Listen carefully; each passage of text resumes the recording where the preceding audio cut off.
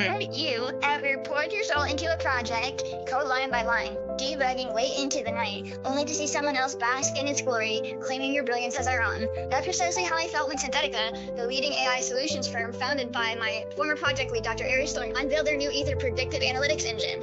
This groundbreaking system, praised for its unparalleled accuracy and real-time processing capabilities, was an undeniable clone of my independent research, Chimera. I had spent 3 grueling years developing the neural network architecture and optimizing the deep learning algorithms in my home lab, envisioning a future where complex data forecasting was accessible and intuitive. Dr. Thorne, after dismissing my early models as too experimental and unscalable years ago, had simply appropriated my entire framework, branding it as his company's revolutionary step in data science. But Dr. Thorne didn't know that my cautious nature extended to every line of code and every research paper. From the very first architectural diagram to the final optimized algorithm, every stage of my Chimera project was meticulously documented.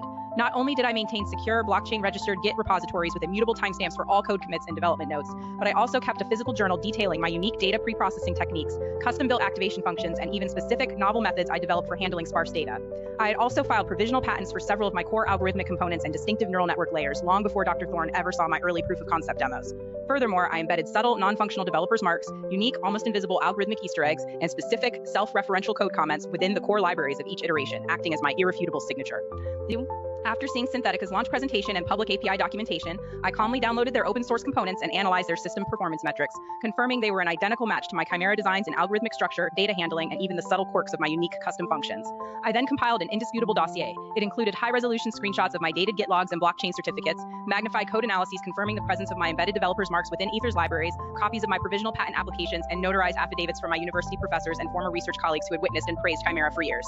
I discreetly forwarded this comprehensive package, accompanied by a precise side-by-side performance comparison of my system versus theirs, to a renowned tech ethics journalist known for exposing industry IP theft and a highly respected intellectual property law firm, with a copy to the National AI Developers Guild. Within a week, the tech journalist published a bombshell expose detailing the undeniable plagiarism and crediting my originality while lambasting Synthetica's unethical practices and Dr. Thorne's corporate greed. Concurrently, the law firm served Synthetica with a cease and desist order and a lawsuit for intellectual property infringement, supported by my overwhelming evidence. Synthetica's stock plummeted, the Ether engine was pulled from the market, and Dr. Thorne faced public scorn and was eventually forced to resign. As for me, the expose brought an overwhelming surge of support and new interest to my Chimera concept, solidifying my reputation as a true innovator. I was offered significant investment from my own AI startup and a feature article in a leading tech magazine, effectively eclipsing Synthetica's failed venture and transforming my small independent project into a nationally recognized successful tech enterprise.